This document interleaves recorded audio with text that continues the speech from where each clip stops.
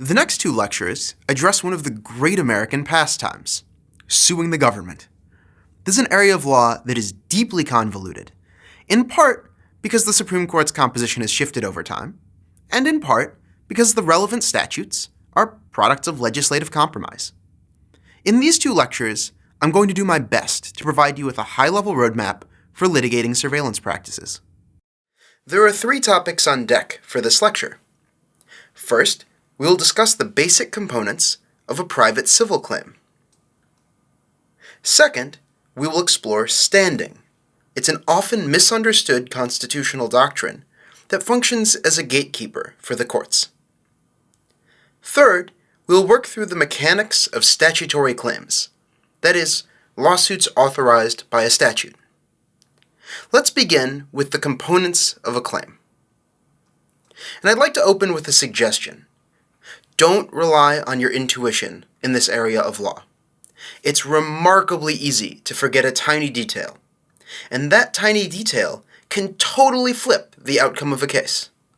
I would strongly recommend that before passing judgment on whether any claim is likely to succeed, you work entirely through the analysis for that claim. There are four components of civil claims that I would like to focus on. The first up is standing. It's a constitutional doctrine that determines who can sue. More on that soon.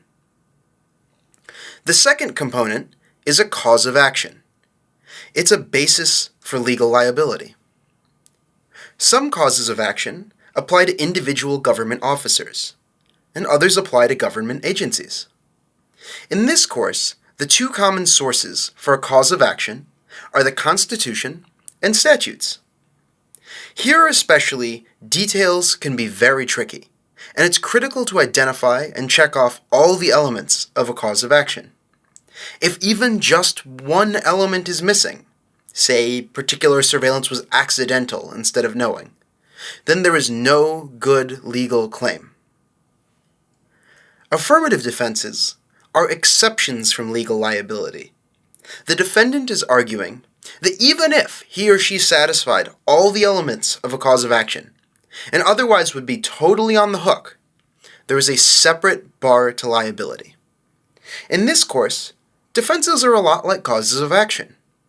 Their sources are primarily the Constitution and statutes. And, just like causes of action, you have to carefully work through all the elements before concluding that a defense is viable. One of the most important defenses in surveillance law is sovereign immunity. We'll discuss it further in the next lecture. Another key affirmative defense, which comes up in slightly different forms, is good faith. The idea is that where a government employee has made an understandable mistake, or the law wasn't clear, then they should not be subject to liability. Remedies are the end goals of a civil claim. They are, crassly, what the plaintiff can get. One common remedy is just money. In law speak, that's called damages. Ordinarily, damages are used to compensate a plaintiff. Those are called compensatory or actual damages. Sometimes bonus damages are available to punish egregious misconduct. Those are called punitive damages. Another frequent remedy, and one particularly important in surveillance, is an injunction. That's a binding court order to either do something or to stop doing something. Declaratory relief is another remedy you will encounter. That's a judicial statement of legal rights. Since a declaratory judgment against a surveillance practice does not have any force of its own, it is usually paired with an injunction that prohibits the practice. Taken together, injunctive and declaratory relief are often called prospective relief, the idea being that they're forward-looking remedies. There's one final remedy I'd like to cover.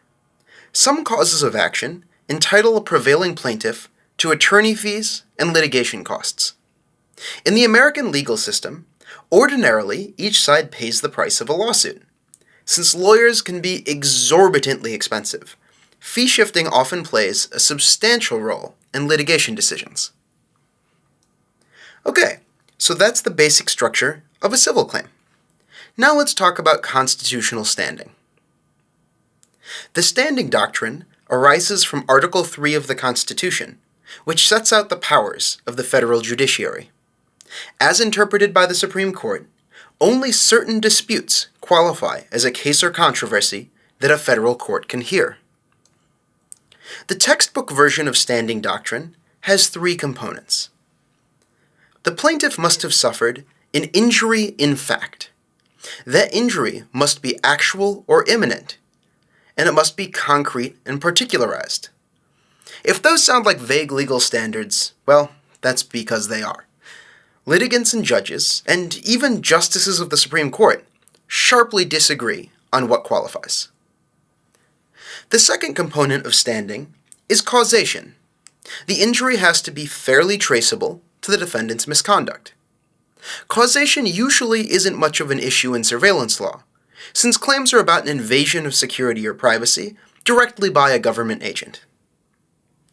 The last component of standing is redressability. That is, if a plaintiff wins, it has to be likely that remedies would redress the injury. This also isn't too much of a factor in surveillance law, since plaintiffs usually seek a well-established remedy. So, the punchline is, surveillance standing issues are almost always about the injury requirement. The easy cases are where a plaintiff has actually been snooped on. Courts agree that if a plaintiff can point to actual surveillance against themselves, then there is standing.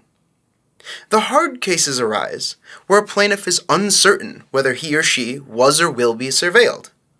For example, the plaintiff might be challenging a particular surveillance program that collects information from people like the plaintiff, but the plaintiff can't show that he or she was or will be actually impacted by the program. The Supreme Court recently addressed that very set of facts. In Clapper against Amnesty International USA, defense attorneys and civil society groups challenged the National Security Agency's surveillance practices under Section 702 of the FISA Amendments Act. We'll discuss Section 702 in some detail later in the course. The plaintiffs argued that they were in contact with foreign individuals who were likely targets of NSA surveillance, and they, therefore, were likely impacted by the NSA. Splitting 5-4, the Supreme Court held that there was not standing. There are a number of moving parts to the Clapper opinion, so it's difficult to pinpoint exactly how a future case would be resolved. At least this much is clear. The Supreme Court wants a fair degree of certainty before a court hears a surveillance challenge. A plaintiff must be able to show that they themselves are likely impacted by surveillance. And while a plaintiff may have serious concerns about surveillance, and may have taken substantial precautions because of surveillance, those are not sufficient to establish standing. The other standing case you should be aware of is City of Los Angeles against Lyons. In that case, an Angelino driver was pulled over and put in a dangerous chokehold. He sued for both damages and prospective relief, limiting LAPD use of chokeholds. The Supreme Court noted that Lyons undoubtedly had standing to sue for damages. He was physically injured, after all. That said, the court held that prospective relief requires an independent and prospective standing analysis. Since Lyons could not show that he himself was likely to be put in a chokehold again, he did not have standing for prospective relief. The takeaway from Lyons, for our purposes, is that past surveillance is not enough to have standing for prospective relief. The plaintiffs themselves must likely be subject to surveillance again in the future. Now you might be thinking to yourself, doesn't this mean that sometimes nobody will have standing to stop a surveillance program? Aren't there targeted surveillance programs where individuals probably won't be affected more than once? Yes, absolutely. One of the key impacts of Lyons is that targeted surveillance programs may be immune from prospective judicial relief. plaintiffs may only be able to collect money damages. Okay, on that slightly dispiriting note, enough about standing. Let's turn to a cheerier topic and the final subject of this lecture: statutory claims. The idea here is straightforward. Statutes can set out the elements of legal claims, the defenses to those claims, and the types of relief that are available. I've prepared a table of several federal causes of action that are available against government surveillance. I certainly don't expect you to memorize the details. My hope is that you'll take away two observations. First, there are pretty good causes of action available against government surveillance. Especially in conventional law enforcement scenarios, plaintiffs can hit hard. Second, the details are all over the place. The only way to get this right is to sit down with the statutes and work your way through them. Let me say a few words about the Administrative Procedure Act. The APA provides a basic structure for federal agency operations. It also provides a special cause of action for challenging federal agency conduct. Just to be clear, this Section 702 is entirely different from Section 702 of the FISA Amendments Act. The APA's cause of action functions as a catch-all for agency legal violations. That's especially important in surveillance, since some statutes that authorize surveillance do not provide a cause of action for challenging that surveillance. Section 215 of the USA Patriot Act, for example, is currently being litigated under APA Section 702. There are two important limitations on the APA cause of action. First, it only provides prospective remedies. A plaintiff cannot recover damages under Section 702. Also, courts sometimes find that the APA cause of action is implicitly unavailable where a statute has provided some other mechanism for agency review. There is one other catch-all federal cause of action that I would like to highlight, and it's the last topic for this lecture. It's the Federal Tort Claims Act, or FTCA. A tort, in law, has nothing to do with baked goods. It's simply an injury claim, ranging from personal injury to economic injury to even privacy injury. Torts are generally a matter of state law, so this is a unique circumstance where the federal government has voluntarily subjected itself to damages liability under state law. The FTCA establishes federal liability for torts committed by federal employees.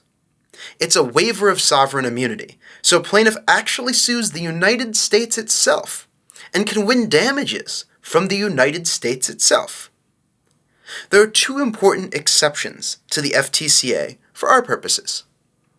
First, so-called discretionary functions are exempt from liability. That means a plaintiff cannot use the FTCA to challenge a particular surveillance policy. A plaintiff can, though, still challenge a particular instance of surveillance. Second, the FTCA expressly accepts some intentional torts, including intentional physical injuries and defamation.